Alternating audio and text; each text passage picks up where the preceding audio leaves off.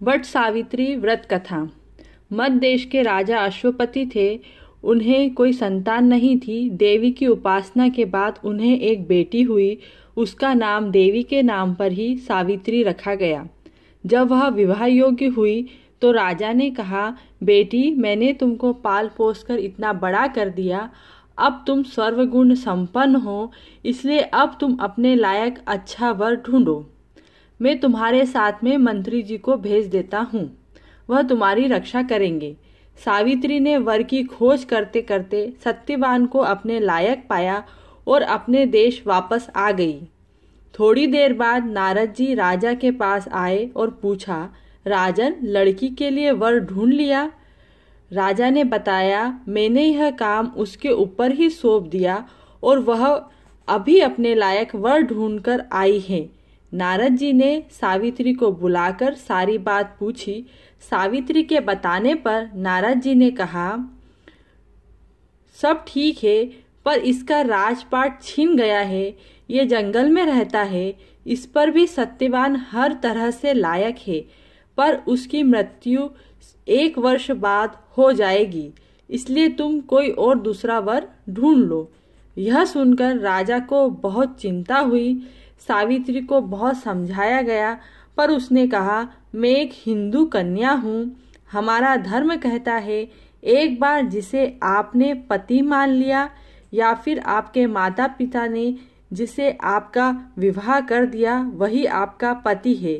सावित्री के उत्तम विचार सुनकर नारद जी ने उसे आशीर्वाद दिया और राजा से कहा, अब तुम्हें इसका विवाह सत्यवान के साथ कर देना चाहिए।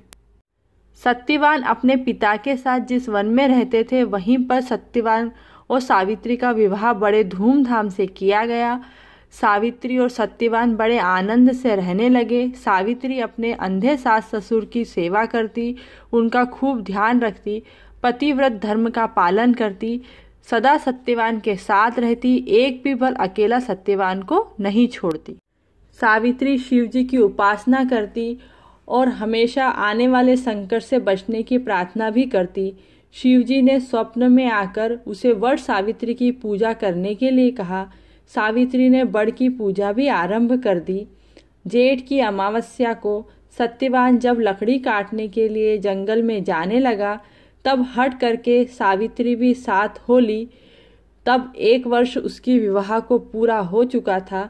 लकड़ी काटते काटते सत्यवान के सर में दर्द होने लगा। सावित्री ने उससे कहा कि कुछ देर आराम कर ले। वह सावित्री की गोद में सर रखकर सो गया। जब यमराज सत्यवान की आत्मा को ले जाने लगे, तब व्रत के प्रभाव से उसे दिखाई देने लगे। वह उनके पीछे पीछे चल पड़ी। थोड़ी दूर जाने के बाद यमराज ने सावित्री को समझाया कि यह विधि का विधान है, इसे हम बदल नहीं सकते हैं, तुम कुछ वरदान मांग लो। तो सावित्री ने कहा, मेरे सास ससुर की नेत्रों की ज्योति वापस दे दीजिए, उनका राजपाट वापस दे दीजिए। यमराज ने वह सब दे दिया। यमराज आगे जाने लगे। सावित्री फिर पीछे पीछे आने लगी। यमराज ने कहा, मैं तुम्हारे पति को तो नहीं दे सकता हूँ, तुम और कुछ वर मांग लो। उसने कहा कि मेरे पिता को 100 पुत्र हों। यमराज ने तथास्तु कहा, आगे जाने लगा, पर सावित्री फिर पीछे पीछे आने लगी। यमराज ने कहा, तुम और कुछ वर मांग लो, पर मेरे पीछे न आओ।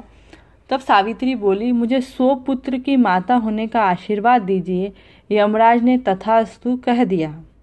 यमराज सत्यवान को ले जाने लगे तो सावित्री बोली कि महाराज, यदि आप मेरे पति को ले जाएंगे तो आप बताएं, मैं 100 पुत्र की माता कैसे बन पाऊंगी। यमराज ने बड़े आश्चर्य से सावित्री की ओर देखा और कहा कि अब मैंने वचन दे दिया है तो मैं उसे निभाऊंगा। तुम्हारा पति वापस जीवित हो जाएगा। यह कहकर वह वापस चले गए। यमराज के वापस जाते ही सत्यवान के प्राण वापस आ गए। वे उठकर बैठ गए। अब सावित्री ने गाजे बाजे से सखी सहेलियों के साथ वट की पूजा की। वट के पत्तों के गहने बनाकर पहने तो वह हीरे मोती के हो गए।